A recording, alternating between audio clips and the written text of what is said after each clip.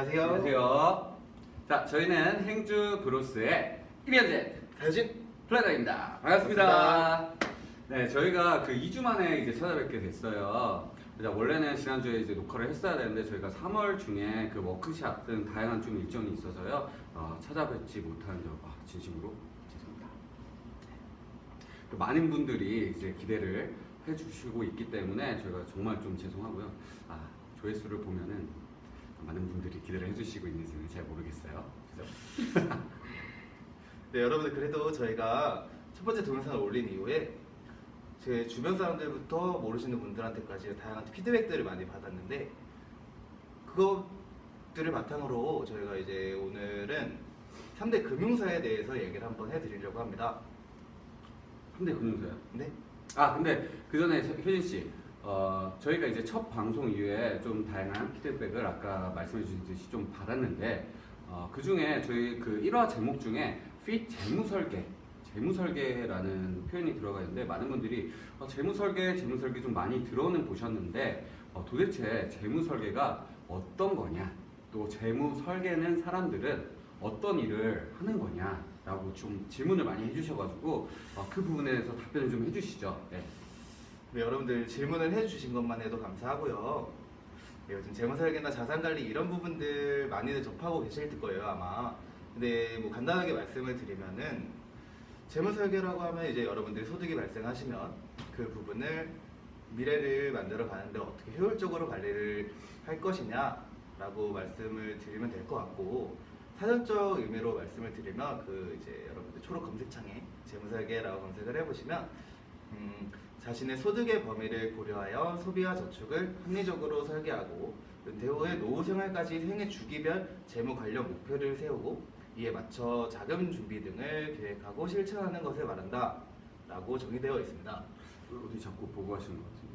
사전적 정의는 이제 제가 확실하게 말씀을 드려야 되는 부분이니까요. 그래서 그런 부분들을 여러분들이 이제 개인적으로 관점을 가지고 알아보기가 쉽지가 않으실 텐데, 그런 부분을 도와주시는 일을 하는 분들을 재무설계사라고 하죠, 저희가. 그렇군요.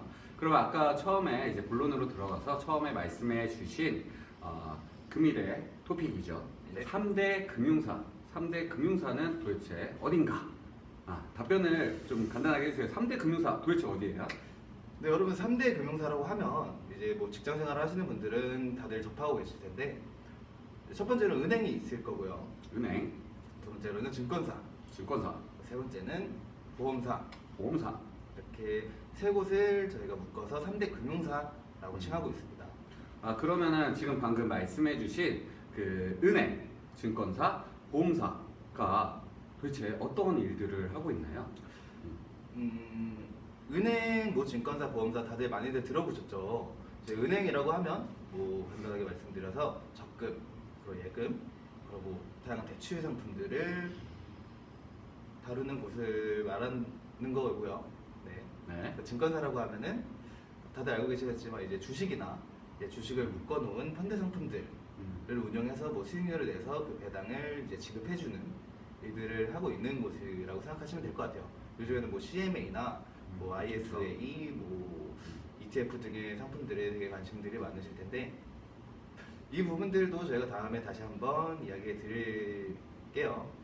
네, 그리고 마지막으로 보험사라고 하면은 보험사는 이제 우발적인 사고로 인해서 뭐 질병, 그리고 뭐 사고들, 그리고 사망까지 이제 보장을 해주는 보장성 상품들과 뭐 연금이라든지 장기적인 저축 상품들을 운영하는 곳이라고 생각해 주시면 될 것 같습니다. 저쪽에 뭐 있나요? 자꾸 눈이 자꾸 돌아가시는 것 같은데. 아니요? 없습니다. 있는 것 같은데. 네, 여러분 그러면 제가 지금 말이 좀 꼬이고 있어서 그런데 이제 현지 씨가 그러면 은행의 장단점에 대해서 한번 설명을 해주세요. 제가요? 네, 부탁드리겠습니다. 그러면 제가 은행의 장단점에 대해서 한번 설명을 해드릴게요. 자, 은행의 장점 같은 경우에는 저희 집 밖에만 나가도 은행 쉽게 찾아볼 수 있습니다. 네. 우리끼리 함께하는 은행, 네. 그 다음에 큰 기업들이 있는 그런 은행들, 다양하게 좀 은행들이 있는데요. 그렇기 때문에 은행의 장점 중에 하나는 접근성입니다. 네, 어디서든지 쉽게 만나볼 수가 있는 온라인을 통해서도 요즘에 앱으로도 휴대폰 앱으로도 가능하기 때문에 좋은 접근성을 가지고 있다. 그리고 은행 상품 자체적으로는 긴 장기적인 상품이 이제 별로 없죠. 그렇기 때문에 좀 단기적으로 활용하기에 좋기 때문에 유동성이 좀 뛰어나다. 네. 그리고 만약에 예를 들어서 1년짜리 단기 적금을 할 때 중도에 만약에 1년을 다 채우지 못하고 내가 좀 급하다. 그래서 중도에 돈을 인출을 해서 쓰거나 중도 해지 시에도 이제 원금 보장이 되기 때문에요. 그런 측면에 있어서 유동성이 상당히 뛰어난 그런 좋은 상품이라고 볼 수가 있고요. 이제 반대로 단점 같은 경우에는 납입 기간이 작죠. 그 다음에 이자율도 효진 씨 키처럼 좀 작습니다. 네. 이자가 좀 작아요. 그런 단점들이 좀 있고요. 은행 같은 경우에는 이제 은행에다가 돈을 넣고 계셔도 나중에 이자 소득세라는 세금이 좀 떼게 됩니다. 15.4%가 떼여요.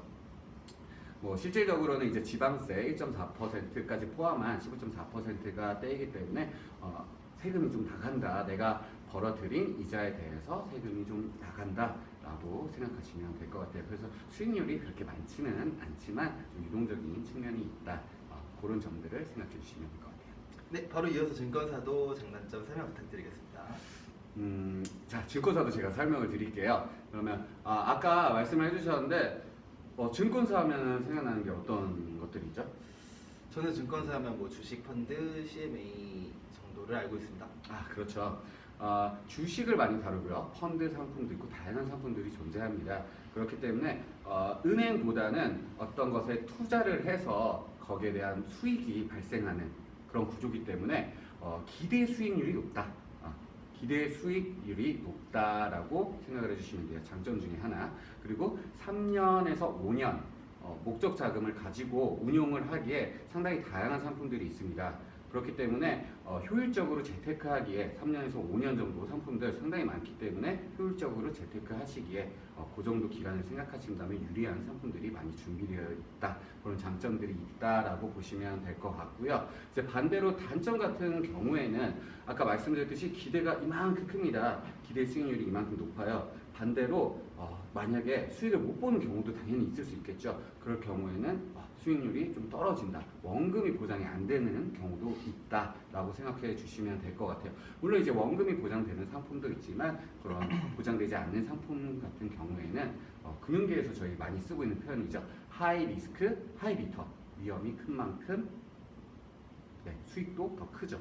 반대로 이제 수익을 못 보는 경우도 발생할 수 있기 때문에 그런 점들을 이제 생각을 해주셔야 되고 한 가지 이제 더 기억을 해주셔야 되는 게 이제 증권사 같은 경우에는 이제 주식을 많이 다루기도 합니다. 그렇죠. 그렇기 때문에 사고 팔 때 부가적으로 붙는 그런 수수료에 대해서도 조금 고민을 하셔야 될 것 같아요. 왜 그러냐면은 이제 저금리 시대입니다. 그렇기 때문에 그 작게 빠져나가는 수수료 부분도 어느 정도 생각을 조금 해주시면 좋을 것 같네요. 제가 설명 감사하고요. 네. 보험사의 장단점까지 마무리 부탁드리겠습니다. 너무 다 넘기시는 것 같은데. 아닙니다. 자, 그러면 마지막으로 한 가지 3대 금융사 중에 라스트 원.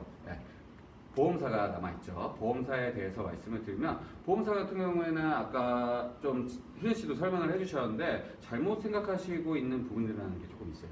보험사 하면은 언제나 좀 건강, 좀 사망, 우발적인 사망, 사고, 질병, 사망에 대해서만 보장을 해주는 곳이 보험사라고 생각하시는 분들이 많지만 실질적으로는 은행은 아까 단기로 굴러가기 때문에 이자가 높지가 않습니다. 하지만은 이제 중고등학교 때 산수 시간에 아마 배우셨을 거예요.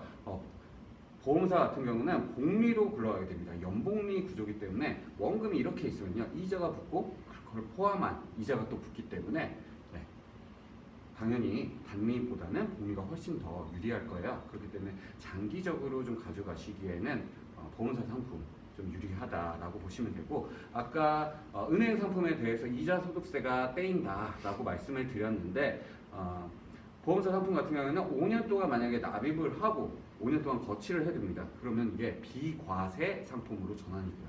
비과세하니까 조금 어려워하실 수 있는데 말 그대로 과세가 되지 않습니다. 아까 말씀드렸던 이자 소득세가 붙지 않기 때문에 저희가 적응 시대에 민감하죠. 그런 부분도 체크하신다면 비과세 상품 하나 정도씩 준비해 두실 필요가 있고요.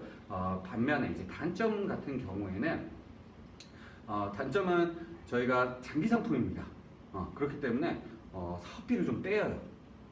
아까 말씀해 주셨던 그런 보장성에 대한 그런 사업비가 어느 정도 나가기 때문에 저희가 저축을 할 때 만약에 10년짜리다 근데 다 가지 못하고 중도 해지 시에는 어느 정도의 이제 손해도 감수를 하셔야 됩니다. 그 부분은 기억을 꼭 해주시면 좋을 것 같습니다. 네, 쉬운 설명 감사드립니다. 쉬었나요? 네. 좀 많이 버벅거리고 저도 어려운 부분이 있었는데. 자, 여러분들 이렇게 해서 오늘은 저희가 3대 금융사에 대해서 알아봤고요. 우선 이 정도의 장단점들만 알고 계셔도 좋을 것 같아요. 최대한 간단하게 설명을 드리다 보니까 저희 설명에서 이제 누락된 부분들이 많이 있을 수도 있는데 그런 부분에서 여러분들 궁금하시거나 뭐 더 알고 싶은 부분이 있으시면 인스타 댓글이나 뭐 카카오톡, 뭐 유튜브 댓글 등을 통해서 연락 주시면 저희가 최대한 빠르게 답변 도와드리도록 하겠습니다. 네. 자, 그러면은 오늘 이제 간단하게 3대 금융사에 대해서 말씀을 드렸어요. 자, 은행, 자, 증권사, 보험사가 어떤 일을 하는지 그 정도는 이제 기억을 해주시면 좋을 것 같고요. 자, 오늘은 저희 이쯤에서 인사를 드릴게요. 마지막에 이제 퀴즈가 저희가 하나 나갑니다. 그렇기 때문에 마지막까지 좀 잘 봐주시면 좋을 것 같아요. 자, 글씨 저희가 누구죠? 저희는 행주 브로스. 감사합니다. 오늘의 퀴즈 3대 금융사 중 가장 접근성이 뛰어난 곳은 어디일까요?